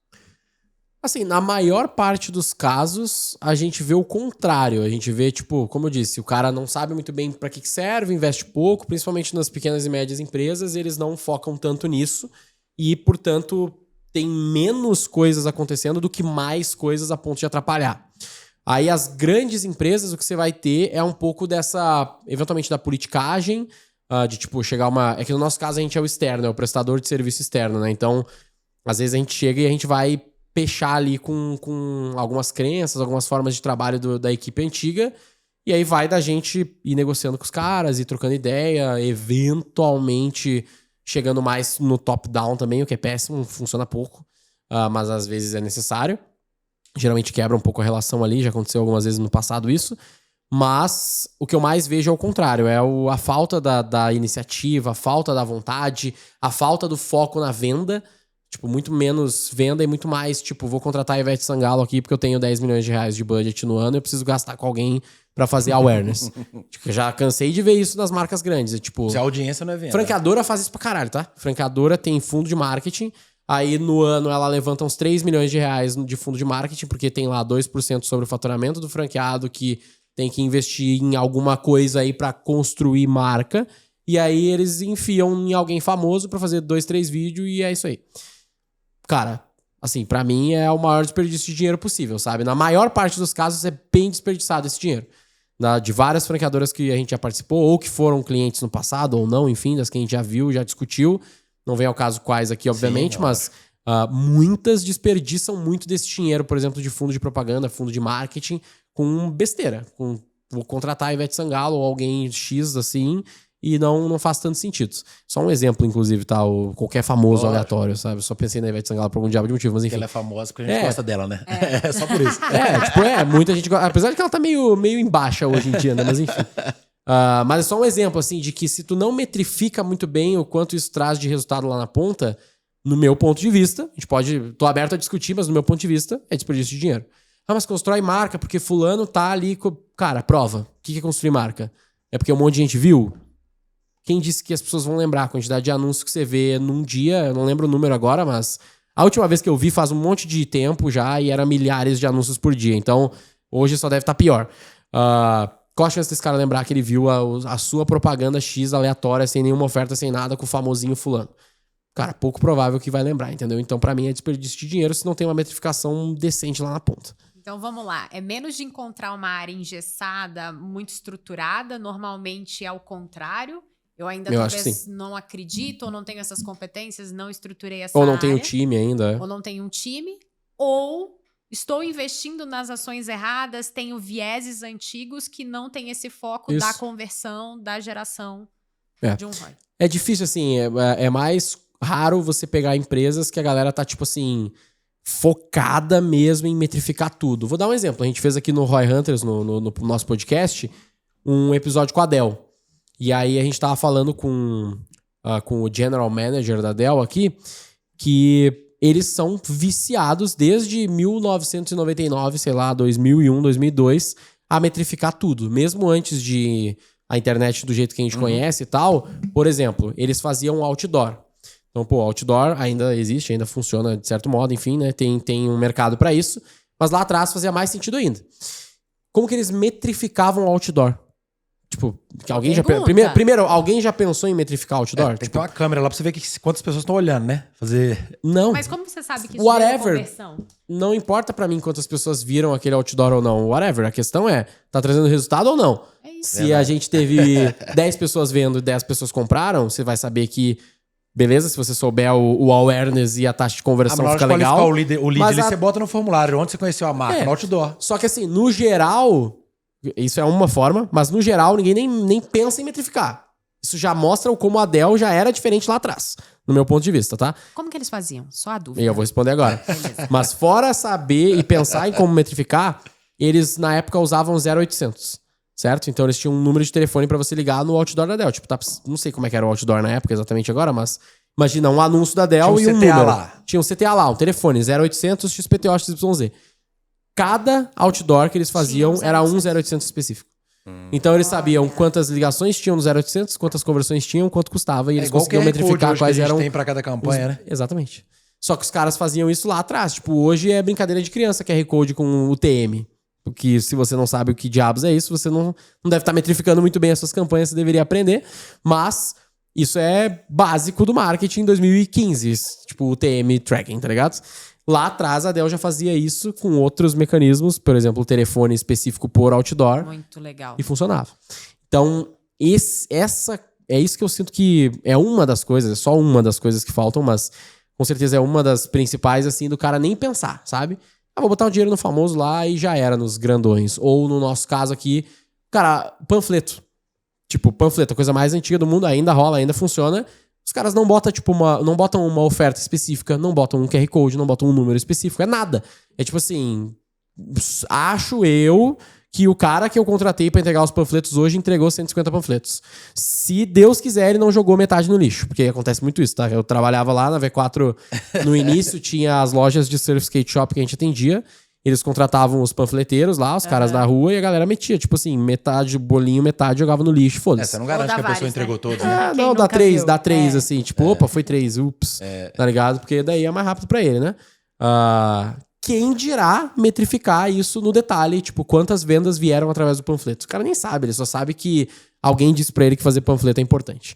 E é por isso que a galera investe, por exemplo, em awareness dentro de mídia paga, tipo, faz campanha de alcance ou impulsiona post sem nenhum CTA, sem nenhuma chamada pra ação, porque pra eles alguém falou que aparecer era importante, ter like é importante, ter seguidor é importante. Cara, se você não metrificar a ponta, que é a venda, na prática não importa. Na prática você só já jogou dinheiro no lixo. Agora, né, Isa? Bastante. Eu até ia perguntar, porque a gente falou da pauta de pessoas e aí você falou muito bem dos papéis de cada área. Pensando assim, no profissional do marketing, e aí considerando que marketing é tudo isso, né? É a gravata de borboleta que a gente discutiu lá. Hoje, pensando em competências, independente do cargo que a pessoa tá, quais competências que um profissional de marketing tem que ter hoje? Quem trabalha nessas áreas? Assim, na prática, a pergunta é: vocês contratam uma pessoa se ela manifesta o quê e vocês demitem quando ela apresenta o quê de comportamento? Tá bom. Cara, minha visão é o seguinte, ó, tipo, primeira coisa é... São duas coisas. Primeiro é a hard skill que esse cara tá sendo contratado pra fazer, então... Ele tem que ter, né? Vai depender do que você tá contratando. Você tá falando de quem? Do designer, do copy, do gestor, do head, do CMO, Mas eu tô enfim. pulando essa parte, assim. Essa aí eu tô garantindo que foi. Vamos dizer então que sim, o cara sabe fazer a hard skill. Cultura vai ser o próximo ponto. Então você não pode esquecer de avaliar a cultura, porque um cara funcional que não tem a cultura da sua empresa, ele é a laranja podre e ele não deveria estar no seu time. Mas ele entrega, demite, foda-se. Se ele não entrega a cultura, se ele não tá concordando com os seus valores, se ele é aquela pessoinha lá que você fica, putz, mano, esse cara tá minando as ideias aqui, mas ele é tão bom, demite, foda-se. Desculpa os palavreados, mas é isso. Demite, não vale a pena. Você vai só se incomodar e geralmente depois que você demite esse cara, você encontra outro tão bom quanto, que é aculturado. Você fala, caralho, como que eu vivia com aquele cara lá chato que não funcionava, aquela pessoa chata que não funcionava. Você gasta muito tempo com essa pessoa. Muita energia, não vale a pena, tá ligado? Então assim, o ruim que entrega não é bom. Culturalmente falando aqui. E aí, por fim, do marqueteiro, o cara que é de marketing, e pra mim isso... Aí é meu ponto de vista, minha opinião, pra mim é o tipo de coisa que a gente cobra um pouco mais na galera. Não dá pra fazer com todo mundo, mas seria o ideal. É o cara manjar de negócio. É tipo assim, se o cara se diz marqueteiro muito seniorzão e o cara não sabe o que é uma DRE, não sabe ver uma DRE, ele não é sênior. Meu ponto de vista é isso. Porque se ele não sabe fazer uma DRE, avaliar o negócio inteiro, se o negócio tá dando lucro lá na ponta, se tá fazendo sentido, se os custos estão legais, se as margens estão boas, se o negócio vai dar lucratividade médio e longo prazo, se tem escalabilidade, se tem previsibilidade, se o cara não sabe fazer isso, ele é só o ferramenteiro, ele não é sênior. Ele é mais um cara bom, funcional e tal, mas ele não é foda. Entendeu? Então, essa é a diferença do nosso CMO, por exemplo, para um cara de marketing médio. Tipo, o nosso CMO tá lá fazendo DRE do evento e montando o que vai acontecer com o evento e entregando o evento com... E qual que é o resultado esperado do evento, pra ele medir depois se o evento gerou impacto ou não, né? Deixa eu fazer uma pergunta pra vocês, olha só. A gente vai fazer um evento amanhã. Hoje é dia 2, né? Hoje é dia 2. Amanhã é dia 3. A gente vai fazer a alavanca. Vamos abrir uns números aqui, ó. A alavanca vai ser um evento para 2.000 pessoas, que a gente tá chegando no final dessa captação do evento e a gente tá até agora com prejuízo de 350 mil reais. Isso é bom ou ruim? Pergunta pra vocês. Mas assim, você tá com prejuízo... Prejola. 350 mil reais. Não, mas você vai fazer um evento amanhã, você vai abrir carrinho de compra pra uma porrada de produto lá e vai fazer o negócio viral, ué. É isso aí. Exatamente. É isso, só que você vai vender lá. Você vai tirar essa diferença lá no evento. Você não caiu no bait. Ou no pós-evento. É isso, assim. Você não caiu no bait. Mas, tipo assim, às vezes o cara nem avalia isso, sabe? Um marqueteiro, enfim, o cara vai olhar, cara, eu tô fazendo um evento aqui, nem pensa às vezes numa estratégia como essa. Pô, se eu botar 2.000 bonecos, 2.000 pessoas presenciais no evento e ter só 350 mil reais de prejuízo, que é pouco. Todo mundo que a gente fez benchmark chega nessa etapa com 1 milhão, 1,5 milhão de prejuízo. Entendeu? Então a gente conseguiu patrocinador, conseguiu vender os ingressos, conseguiu... Você reduziu o seu investimento, né? A gente reduziu para só 350 mil reais perdidos. Perdidos não, né? Investidos na prática ali antes no final, até o dia do evento. Então amanhã eu só preciso fazer 350 mil reais em vendas. Que é nada. É isso, aí você vai olhar pro seu ticket lá, você já tem uma meta de vendedor lá, com X vendedores lá dentro, cada um tem uma meta de venda lá para amanhã. O nosso time de vendas agora tem que ser muito incompetente. O nosso cara do pitch lá, acho que é o Denner que vai dar o pitch, tem que ser muito incompetente para não fazer 350 mil reais com 2.000 pessoas. 2.000 pessoas. Qual é o ticket médio do que você vai vender lá? Cara, 20 mil reais. 20 mil reais. Ele precisa Se não me engano, é 20 mil reais. É isso, ele pprecisa fazer 10 vendas, 20 vendas para 2.000 pessoas. 15 vendas, né? 12 vendas. Seria 13 vendas, né? Mais ou menos. E aí você tava falando dessa cabeça que é uma cabeça de retorno sobre investimento para qualquer ação que você faz, que é exatamente o que a gente fez, por exemplo, no nosso MBA lá. Que, se você vai fazer E aí tem a ver com um plano de um negócio, né? Cada evento é tratado como um negócio, é isso, assim. Você tem uma lógica de retorno sobre investimento, você trata o evento como cada evento tem uma DRE. Tem um negócio. Que é o que a gente fez, por exemplo, no nosso MBA lá. Tinha, claro, uma expectativa de que a primeira turma, e olha que eu tô falando num horizonte muito mais longo do que o seu. A gente ia investir numa turma 1 ano e meio para quê? Para gerar autoridade, para gerar referência, etc e tal, para eu ter autoridade para na segunda turma eu recuperar o prejuízo da primeira. Então, assim, num horizonte mais longo de investimento. Doideira, legal. Mas assim, numa lógica de... Isso aí você tem que ter muita confiança na sua estratégia para fazer um negócio de tão longo prazo assim. Porque é muito longo prazo. Porque pensa comigo assim, na nossa cabeça lá, quando a gente foi lançar o MBA, cara, era tipo assim, melhor cenário possível, se a primeira turma ficasse no 0-0, eu tô rindo de orelha a orelha, entendeu? Sim, exato. E aí 1 ano e meio, né? Beleza, eu tenho que fazer aquela entrega, mas eu já vendi antecipado e tô com aquilo pago. No nosso caso, a gente tá tendo que financiar, assim... 30%, 40% do investimento da primeira turma. Só que claramente a gente já tem resultados da primeira turma que eu vou fazer um trabalho de venda na segunda e a gente já tinha isso no plano. Era como se fosse assim, a primeira turma a gente ia perder, na segunda a gente ia empatar e na terceira a gente ia começar a ganhar. Pensando num negócio de longo prazo, eu tô falando de um ciclo de 3 anos, assim, para eu ver esse resultado, sabe? Mas... com uma lógica estruturada, a gente já tinha tudo isso metrificado, qual que era o risco de ir para cá e para lá, entendeu? E medindo isso agora. E óbvio, eu poderia considerar, por exemplo, que esse produto meu foi um investimento em marketing nosso, porque só os leads que a gente conseguiu envolver lá como aluno, ou o pessoal que frequenta as imersões, por exemplo, que vai conhecer a gente, então assim, tem, por exemplo, lá 2, 3 empresas que estão lá hoje que vão virar clientes de consultoria. Então, eu não preciso olhar só aquele investimento por si só. Ele gerou outras oportunidades de negócio no nosso caso lá. E aí, de novo, pra galera que tá nos ouvindo, tipo, não é que o cara tem que amanhã fazer um evento que vai dar um preju pra ele vender lá na frente. Não é esse o insight. O insight é a lógica, né? De onde vai voltar esse dinheiro? dinheiro? Como é que isso volta, como que isso funciona, quais são as alavancas. Inclusive, o nome do evento é Alavanca. A alavanca, né? Se eu não me engano. A alavanca. E aí, tipo, quais são as alavancas de crescimento que você tem pra, cara, você botar mais dinheiro e trazer resultado pro seu negócio, entendeu? Então, no nosso caso, eventos é um deles. A gente já fez um monte de evento, a gente já sabe as nossas taxas de conversão, a gente já sabe mais ou menos o que dá pra ter de expectativa num evento presencial, quanto que dá pra gente converter. Enfim, a gente sabe que dá pra lucrar muito ainda com esse evento. E o fato da gente ter chegado lá com só 350 mil de prejuízo é só mais um fator que tá confirmando ali o plano vai ser um sucesso. Que vai funcionar, vai dar tudo certo, entendeu? Tipo assim, prejuízo no fim do dia não vai ter. A questão é só, cara, quão bem a gente vai ir agora no pitch, no que vai fazer sentido pro cliente. E, lembrando, isso só vai ser a primeira parte da nossa gravata borboleta, porque depois que eu vendo esse primeiro produto pra esse cara, é um produto one time, depois tem mais um monte de coisa que eu posso vender pra esse cara. Então eu tô falando de um ticket de 20 mil one time, sendo que de todos eles que comprarem, o meu ticket mínimo anual é de 60 mil reais. Pra cada um que compra. Entendeu? Então, tem mais essa lógica ainda. Então, assim, toda a estrutura, se for somar tudo isso que pode trazer, cara, é ROI infinito, sei lá. Infinito não, mas tipo assim, 10 vezes mais. Amanhã entendeu? eu vou te ligar só pra ver como é que foi, tá bom? Tá bom, pode ser. Eu acho que eu não sei se eu vou estar lá, porque a galera que tá tocando esse evento lá, enfim, mas eu tô ligado na estrutura, porque eu participo, claro, né, de todo o assunto. E um dos produtos, esse produto que vai ser vendido lá, o sistema eu que fiz. Então tem um sisteminha lá por trás pra fazer todo um acesso pro cliente e tal. Eu criei um sistema que são 155 perguntas de 6 áreas do negócio pra dar um assessment pro negócio do cliente. Então legal. É uma das coisas que a gente vai vender lá junto e tal. Uma coisa que você comentou também foi de metrificar. Tem que metrificar, a gente tem que saber o resultado, se aquela ação de marketing efetivamente está gerando conversão. E isso eu acho que tá muito claro na sua fala. Claro na sua fala. Mas tem algum outro processo-chave, algo que se você não tiver bem estruturado dentro de uma área de marketing não vai funcionar?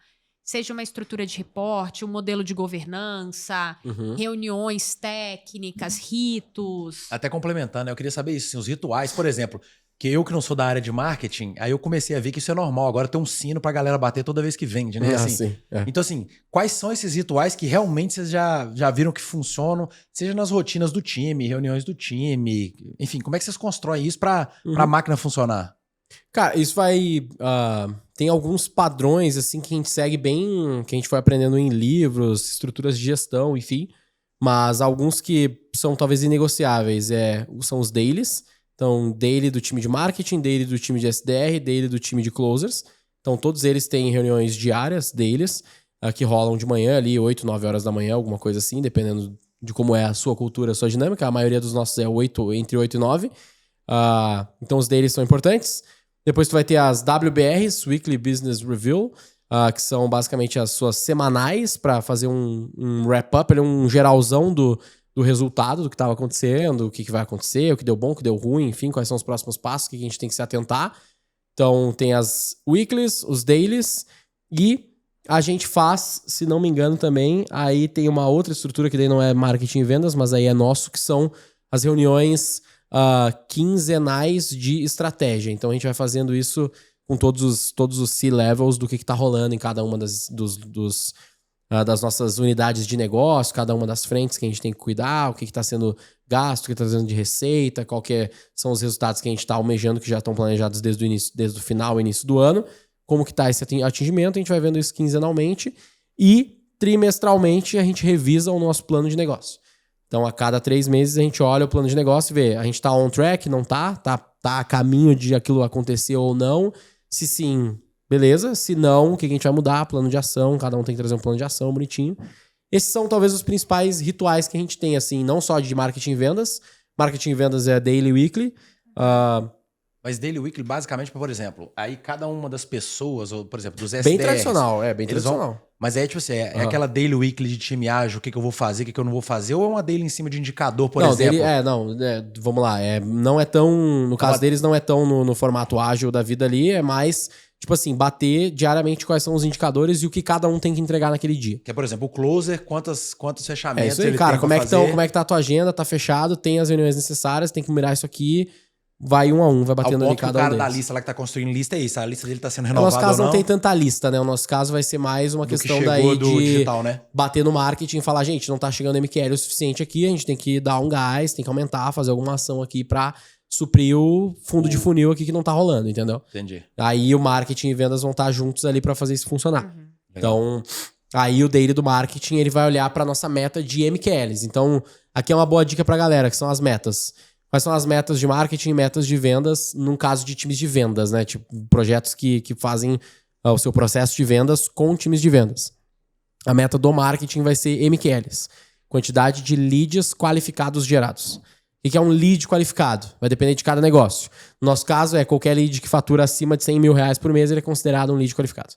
Então, de quaisquer nichos, enfim, quantidade de pessoas, quantidade de funcionários. É a pessoa que se cadastrou interessada em você, né? Só enviou o cadastro, exatamente. Entendi. Enviou o cadastro e preencheu o formulário dizendo que tem mais de 100 mil. E ela entrou lá nos seus critérios de lead potencial, ela é um MQL. É isso aí.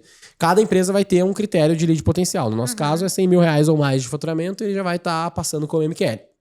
E aí isso vai pro time de vendas. Então, dado seu histórico, dado a sua meta, você já consegue fazer um trabalho ali para saber quanto que você precisa de MQLs, de leads, enfim, né? Dadas as suas taxas de conversão, você vai saber quanto de MQL tem que ser gerado no marketing por dia, eventualmente por hora, dependendo do nível de mídia que você tem. No nosso caso, a gente olha por dia. E aí é isso, essa é a meta do marketing. Assim, mas vocês são fera, porque assim, eu vou contar do meu processo também, porque eu fui considerado um MQL quando eu fiz esse processo assim, mas teve uma outra coisa que eu aprendi com a vendedora da V4, que é o seguinte, assim, todo mundo que chega a gente não perde venda.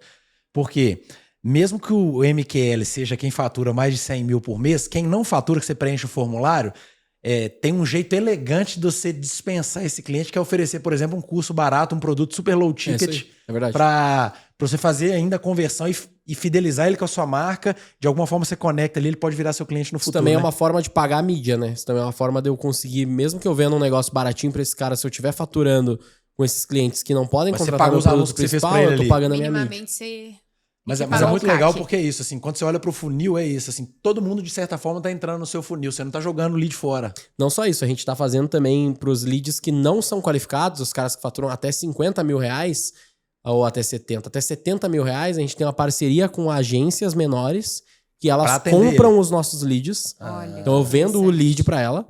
Eu não Legal. dou o lead, tá? Eu vendo o meu lead pra ela e ela pode atender esse lead. Muito legal. Entendeu?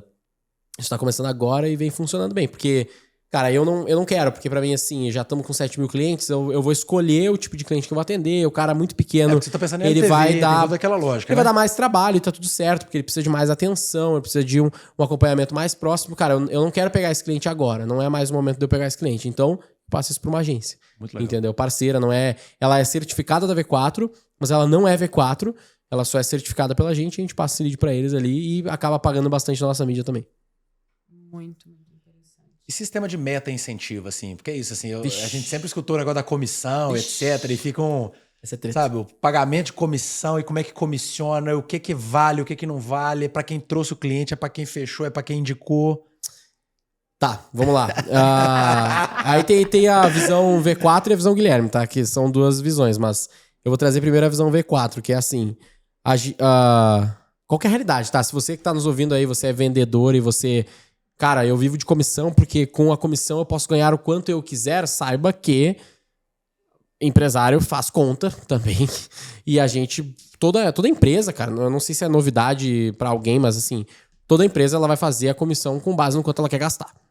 Perfeito. That's it. Entendeu? Tipo, no fim do dia... Eu pago até X de comissão. É Quando eu óbvio. precifico meu produto, eu coloco lá. Por que a comissão não é 100%? Porque a empresa tem que viver e ganhar dinheiro, né? E por que ela é 22, 15, 12, sei lá, dependendo do negócio? É porque é o quanto ele tá disposto a pagar, dependendo do seu LTV, dependendo do quanto de custo ele tem, enfim. Então, assim, a gente olha pro nosso histórico de vendas, a gente olha pro nosso número, a gente sempre vai saber, cara, em média, um vendedor consegue fazer Y vendas. É isso. Se ele fizer muito mais do que isso... Alguma coisa tá errada, tipo, no nosso processo, ou nas nossas médias, ou o cara é, sei lá, o Jesus Cristo das vendas e tá tudo certo, aí beleza, ele deveria ganhar mais, talvez. Mas na média, quanto mais você escala, quanto mais vendedor você tem, mais próximo das médias todo mundo vai ficar. Raramente você tem um ou outro superstar ali que, pô, é o lobo solitário, não sei o que vende um pouco mais. O que é muito comum é o cara vender um pouquinho menos, ou ficar bem na média ali e tal.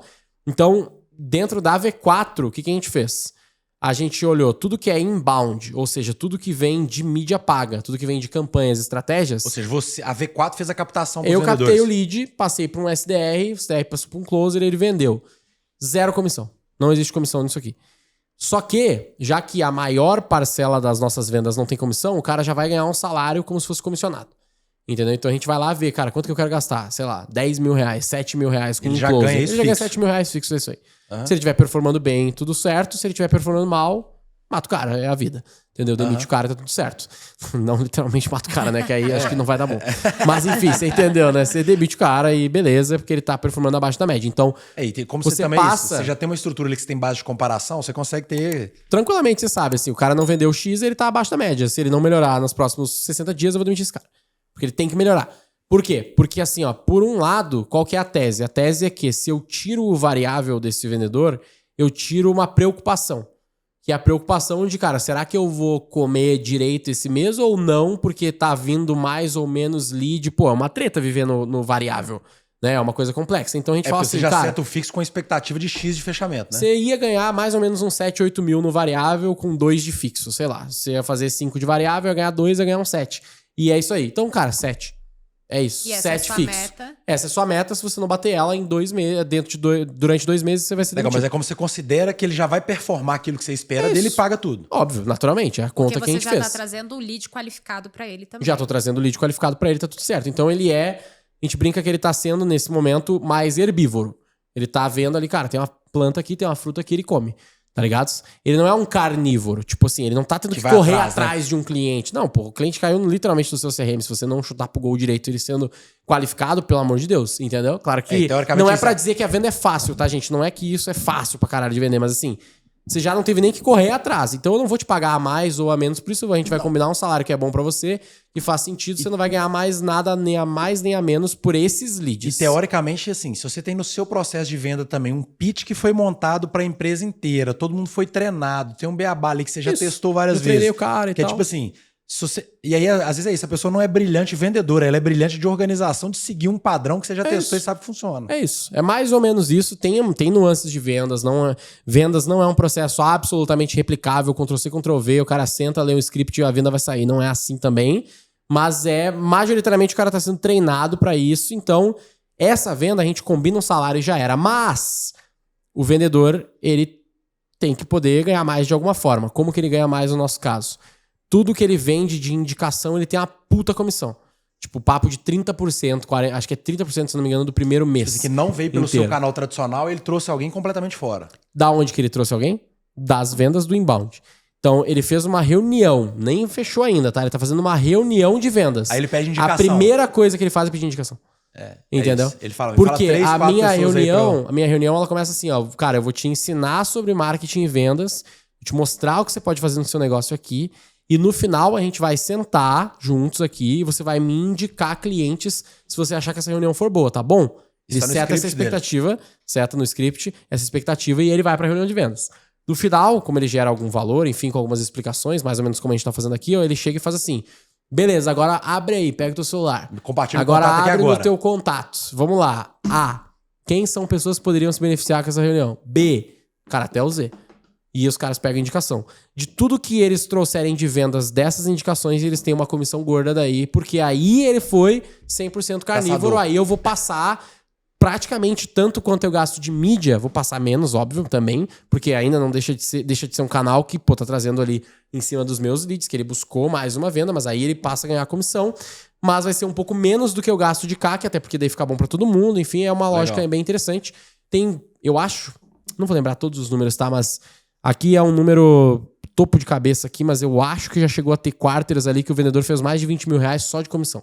Entendeu? Fora os 10. Fora 7, os 10, 7, 10, 5, dependendo da senioridade dele que ele ganha ali de salário. Então o cara doido. vai 3, 4 salários, às vezes, assim, que é possível dele fazer só no variável. É bem mais difícil, mas por isso ganha mais. Entendeu? Então essa lógica é legal.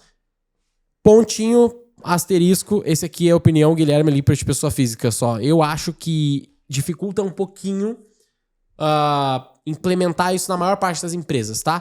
Por quê? Porque exatamente esse modelo todo que eu falei, se você tem poucos vendedores, provavelmente vai ser difícil de você fazer isso. Porque você não tem as métricas direito, você não sabe exatamente quais são as suas médias, e você vai ter que pagar caro por todos os seus vendedores, porque o cara não vem sem fixo, ou melhor, não vem sem variável num fixo baixo, não faz sentido nenhum pra ele. Ele é vendedor, ele sabe que ele vai vender, e vendas trazem dinheiro, se traz dinheiro tem comissão. Então, pra colar esse discurso, você tem que pagar minimamente bem esse cara, tá ligado? O Netflix que trouxe esse conceito, ele fala que você tinha que pagar acima do topo de mercado. Mas aí não é pra vendedor, é pra outras funções. Sim. Mas considerando variável. Então, se ele tá ganhando É tipo assim, se o vendedor ganha 6, você deveria trazer ele pra um 6, 7, alguma coisa assim. Entendi. Esse seria o ideal, nem sempre é viável. Pra maior parte das empresas você não vai conseguir fazer isso, você vai trabalhar no variável. E o vendedor, na média, o que eu sinto, tá? Na média, o vendedor, ele tá acostumado a trabalhar com variável. Então, assim, eu ainda não tenho exatamente uma medição do quanto que o bem-estar do closer e do vendedor de não ter mais variável melhorou a nossa métrica de performance tanto quanto a gente imaginava. Eu não tenho esse número. Poderíamos falar com o time de vendas lá, enfim. Mas o vendedor está acostumado a trabalhar com variável. Então, mesmo que por toda a história que eu contei seja top, e é de fato o que a gente usa na V4, tá? A gente está exatamente nesse momento com esse modelo agora. E não estamos pensando ainda em mudar ele. Mesmo tudo isso sendo legal, não vai ser o fim do mundo você trabalhar no variável. E pelo menos você fica com um pouquinho menos de risco. Porque se você contratar um cara que vende nada, você vai pagar menos pra esse cara. Se ele vender muito, você vai pagar bem pra esse cara. Tá tudo certo, paga bem pra esse cara, porque ele vendeu muito. Ele é bom, ele tem que ganhar mais dinheiro. E você já faz a conta antes. Tipo assim, se o cara estourar de óbvio, vender, né? você Não, simula. óbvio, Fala, pô, entendeu? isso Sim. tá dentro, né? Não, eu não gosto disso, tá? Essa é uma crítica que eu tenho. Que tipo assim, a galera fala de variável e fala assim, mas se tu vender demais eu seguro. Não, porra. Faz um variável que, sem limite, indiferente de quanto ele venda, você vai pagar, você pode cap. pagar este variável. Você não vai bota colocar cap. cap. Puta, variável com cap é tipo assim, você tem um negócio, certo? Eu falo pra gente assim, ó, de todo esse negócio, se você fizer um bom trabalho, você vai tirar no mês até uns 10 mil, tá? Mais do que 10 não dá. Mas trabalha top aí, porque, mano, é nóis. Porra, por que eu vou trabalhar, tá ligado? Não faz sentido. 10. Eu vou trabalhar até 10 aí, já era. E whatever, entendeu? É um incentivo perverso, né? É um mas a incentivo provocação muito é boa, perverso. né? Agora sim. Mas a métrica molda o comportamento. É por isso que a gente Exato. tem, tipo assim, dependendo da métrica que você calibra, o cara vai performar mais ou menos. Exato. Aí você pode falar, mas o modelo que você citou antes, o cara não tem nenhum variável. Mas a lógica faz sentido e ele tem um variável, que é na indicação. Então os caras se matam pra fazer indicação. Em 6 meses a gente fez mais de 3 milhões de reais de venda só de indicação. Foi ótimo pro negócio, porque não é CAC zero, porque eu pago variável, mas ele veio sem mídia. Então ele veio sem risco. Eu transformei o meu processo. Eu, basicamente, assim, eu não cheguei a triplicar, mas, tipo assim, eu trouxe 30% a mais de vendas dos mesmos leads. Sacou? Então, do mesmo investimento de mídia, eu trouxe 30% a mais de vendas dos mesmos caras. Isso é muito top. Então, é um incentivo maravilhoso pra todo mundo. Porque o vendedor quer fazer isso porque ele vai ganhar mais. Eu quero fazer isso porque eu tenho que pagar menos mídia e eu aproveito melhor os mesmos leads. O negócio pro negócio é bom, para o cara é bom, pro vendedor é bom, porque ele foi indicado por alguém que tava feliz numa reunião. Tipo assim, todas as pontas ganharam maravilhosamente bem. E pra maior parte dos negócios, eu acho que esse modelo paga antes e não coloca variável, você vai sofrer. No longo prazo, é um modelo, ou se você já tem um monte de vendedor, pensa nisso. Pode ser uma boa provocação, a gente foi provocado nisso, a gente gosta desse modelo. Porque você já sabe da performance, o que cobrar, né? Porque você já tem a média. Exatamente. E também pro teu fluxo de caixa e projeção é barbada, tá ligado? Tipo, você vai olhar e, cara, você tem 10 caras que ganham 7 mil, você tem que 70 mil pra pagar e se vira aí. Entendeu? E esses caras não vão ganhar mais nem menos, a não ser que eles vendam mais por indicação, que é um negócio que é sem custo pra você upfront. Ele só vai ganhar se ele vender, tá? É contrato assinado. Cada foda-se quantas indicações você pegou. Eu não tô nem aí pro número de indicações. Eu não pago por MQL, eu pago por venda. Entendeu? Então não cometa esse... Não é bem um erro, mas assim, é um risco muito grande você vender, você cobrar por MQL ou pagar por MQL. O cara pode conseguir um monte de indicação aleatória, enfim, aí não faz muito sentido. Aí você vai gastar mais, vai ter mais esforço e não vai converter, né? E aí você tá pagando por MQL, aí você não paga comissão. Mas aí você poderia pagar a comissão de vendas, que é muito mais dinheiro por venda do que pouquinhos dinheiros por MQL, que viram um incentivo perverso, que nem você falou que é. Então vamos meter um monte de indicação aqui, que eu vou ganhar um monte de dinheiro, mas foda-se a venda. Pô, aí não faz sentido, entendeu? Aí ficou ruim pra mim. Ficou ruim pro negócio, sacou? Isso é falando da lente de vendas. Para marketing. Como é que vocês pensam nessa forma de remuneração, na forma de buscar marketing melhor é bônus. Marketing é bônus. A gente trabalha mais assim. Então, tipo, os caras não trabalham com variável. É muito difícil você metrificar o variável do marqueteiro. Porque tu poderia olhar por MQL, enfim, e tudo mais. Mas é resultado da empresa, é o bônus de final de ano. ano. Mas aí, cara, é bônus de final de ano, PLR, enfim. Daí você tem que pensar nos seus modelos aí. O nosso tá bem complexo hoje, nem vale a pena citar aqui, porque é muito específico, mas pensa nisso, tipo... o nosso, resumidamente, pra ficar uma dica só pra galera, o nosso é excedente de lucro. Então, a gente quer fazer 20 milhões de caixa, alguma coisa assim, 20, 25, não lembro bem agora, acho que era 25 milhões de caixa no ano acumulado. Se passar disso, você distribui tanto. Passar disso, metade é da empresa. Entendeu? Tudo que passar acima de 20 ou 25, metade a gente vai distribuir. Distribui pra todo mundo. Não, exatamente. Vai distribuir pra todo mundo, mas aí tem toda uma regra maluca lá que a gente dependendo do cargo, você distribui mais ou menos. Não, a gente vai fazer bem diferente. O nosso é literalmente uma briga.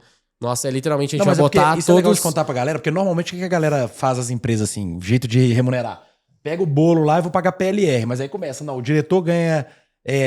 80% fica pro diretor, todo mundo ganha uma merreca. Sabe, tem uma escada aí, né? E aí, se vocês estão fazendo diferente, eu tô até curioso pra saber. O nosso é literalmente assim, vai todos os C-levels, vamos dizer que chegou o final do ano lá e deu, sei lá, 10 milhões, vamos distribuir 5. Primeiro vai todos os C-levels, vão discutir numa sala, eles vão entrar todos eles numa sala, tipo eu, a galera lá do People, enfim, e a gente vai discutir, vai ter que todo mundo sair de lá concordado com quanto vai pra cada área. E você tem que vir com o seu pitch. Cara, minha área contribuiu nisso, minha área contribuiu naquilo, a minha traz receita, a minha não, a minha traz eficiência, a minha traz aquilo, isso, não sei o quê. Quanto que vai pra cada um e quanto que vai pro seu bolso, diretor. Então, sei lá, vamos dizer que ficou R$1 milhão pra minha área de tech, quanto que vai pro meu bolso, quanto que vai ficar pro time.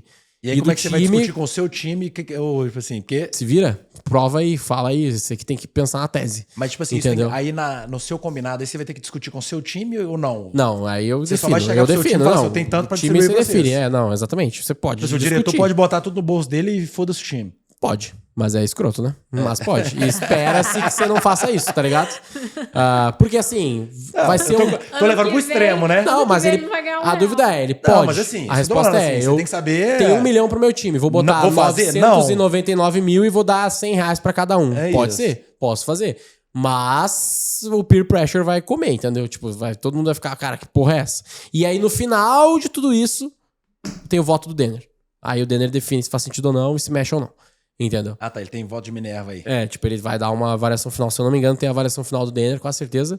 Pra, tipo assim, não ter as Calibragem. maluquices dessa, tá ligado? Tipo, o cara botou 75% no bolso dele e foda-se o time. Tipo, peraí, velho, o que você fez assim que é tão importante? Tá ligado? Então, tem mais ou menos isso. E tem alguns multiplicadores, e tem uma planilha bizarra lá, um monte de coisa, mas por cima é mais ou menos essa lógica. Legal. Não, mas interessante, você falou do peer pressure, né?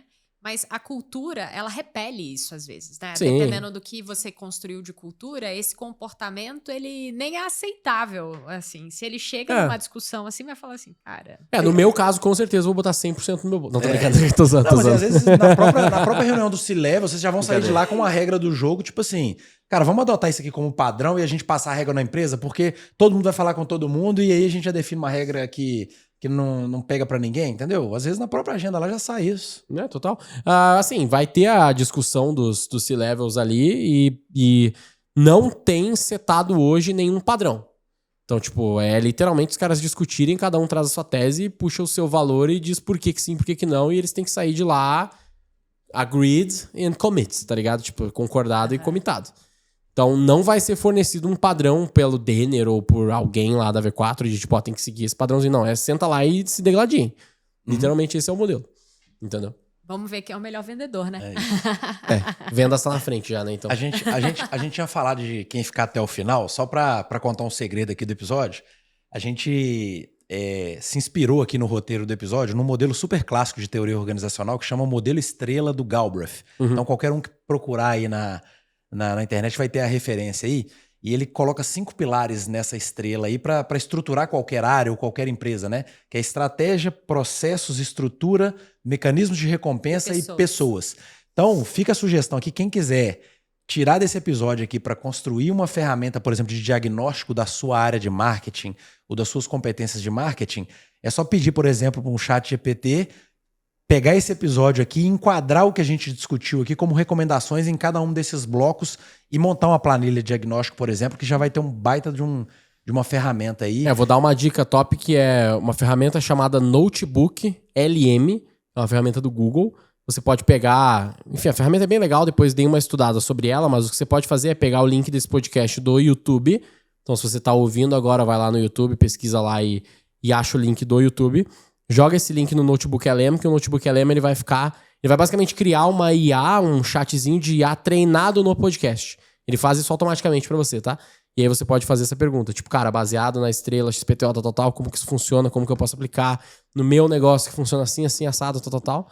E aí ele vai conseguir te ajudar nesse sentido. Sugestão do prompt pra galera aqui então. Vai lá no... Como é que chama? Notebook LM. Notebook LM e fala assim, ó, eu quero que você crie pra mim uma planilha de diagnóstico com base no modelo estrela de Galbraith, com 5 elementos, e para cada elemento você vai fazer 5 perguntas falando de 0 a 10 o quanto a minha empresa faz isso, ou faz aquilo, ou faz aquilo. E aí você vai ter uma ferramenta de diagnóstico poderosíssima aí. Top demais. Para avaliar o seu negócio. Não, Lindo. muito bom.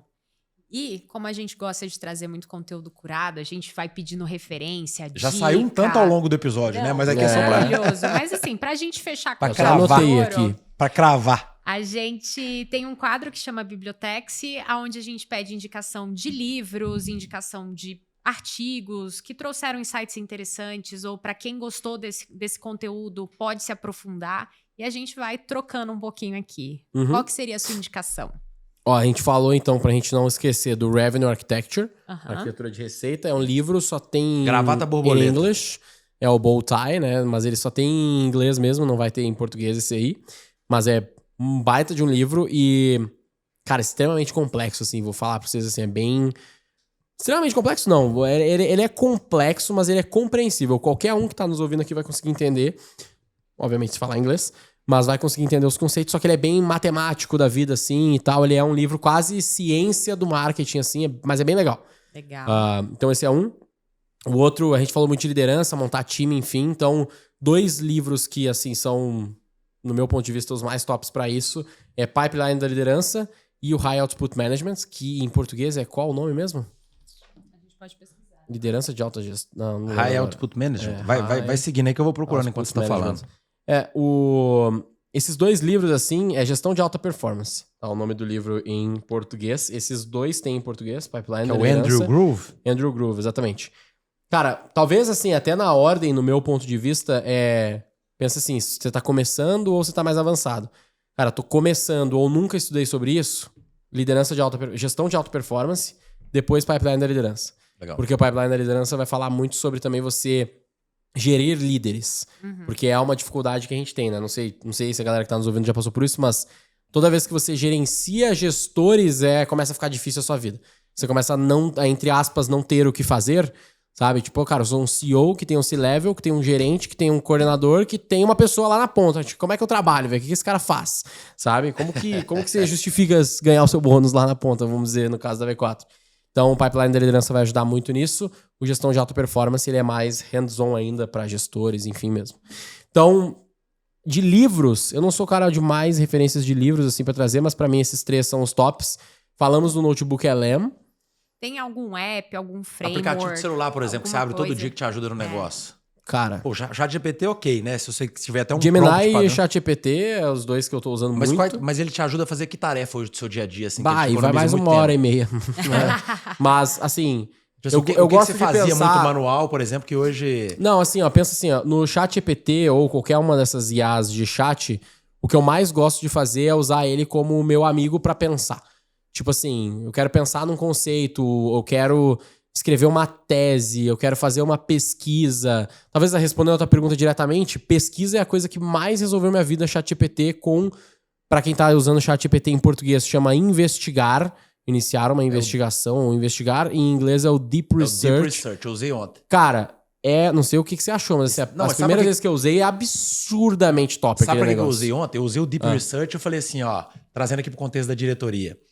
Falei assim, a gente vai lançar agora um canal de cortes, então eu vou até deixar aqui o link pra galera aí. E a grande dúvida era, nós vamos usar o próprio canal existente da diretoria para postar os cortes ou vamos criar um canal de cortes independente? Não, top, faz sentido, é uma boa dúvida. E aí eu falei, eu quero que você pesquise com base em, cara, as publicações, avaliando os maiores canais do mundo que tem similaridade com o nosso, dê referência de canal que a gente se espelha, perfeito, etc. Excelente prompt, inclusive. Cara, assim, ele mandou 8 páginas, aí eu mandei pra Isa de madrugada, ela tava meio, pô, você é maluco.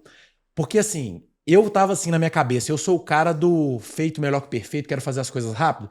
Falei assim, cara, bota isso aí no canal existente e já menos esforço, senão 2 canais pra gerenciar e como é que a gente vai lidar com isso. O meu pessoal do tráfego já tinha falado, cara, separa, porque o algoritmo ainda confunde, aí você vai ter conteúdo curto, ele vai comer a audiência do conteúdo longo do podcast e tal. Só que eu falei assim, vai me dar muito trabalho e tal. Cara, o GPT... Resumo do GPT? Não, o resumo não, ele fez um relatório de 8 páginas, com citação pra lá e pra cá. Ele falou, portanto, no final, né, faça um canal separado por isso. E justificou assim... Cara, é isso. Cara, é isso, assim, tecnicamente, ele né? é o meu advisor, e aí com o Deep Research ele vira um advisor técnico, porque você manda ele falar assim, você pede pra ele buscar referência parruda no assunto, e aí ele te traz a argumentação pra mim, que... no dia a dia, assim, ó, depois que veio o Deep Research, você perguntar coisas pro ChatGPT, qualquer pergunta que é um pouquinho mais profunda, cara, toma cuidado pra você não só perguntar diretamente. Então a primeira coisa é você usar uma pesquisa na web, que já ajuda um pouquinho pra ele, pelo menos, né, sair daquele conhecimento bruto que ele tem lá. E o Deep Research é isso aí, cara. É um cara de relatórios profissional do seu lado, à sua disposição, com não lembro quantos agora você pode fazer por semana no pago. Deve ter alguns no de graça também, mas dá uma testada e brinca lá. Pô, é R$100, é muito barato você pagar ali. É R$100 por mês, tipo, não é tão caro assim. Acho que todo mundo que tá nos ouvindo aqui que tá em empresa vai ter esse dinheiro pra pagar tranquilamente. Sei que várias pessoas não têm, obviamente, eu entendo isso. Mas se você tem essa possibilidade, você tem esse dinheiro pra gastar ali, cara, é maravilhoso. E eu uso isso demais. Então, por exemplo, eu tive que montar uma tese de se eu deveria comprar uma empresa, se eu deveria criar uma tecnologia para resolver aquele problema ou fazer uma parceria com alguém do mercado. Então, a gente chama de join, buy or build. Eu tenho que fazer uma parceria, eu tenho que comprar os caras ou construir dentro de casa.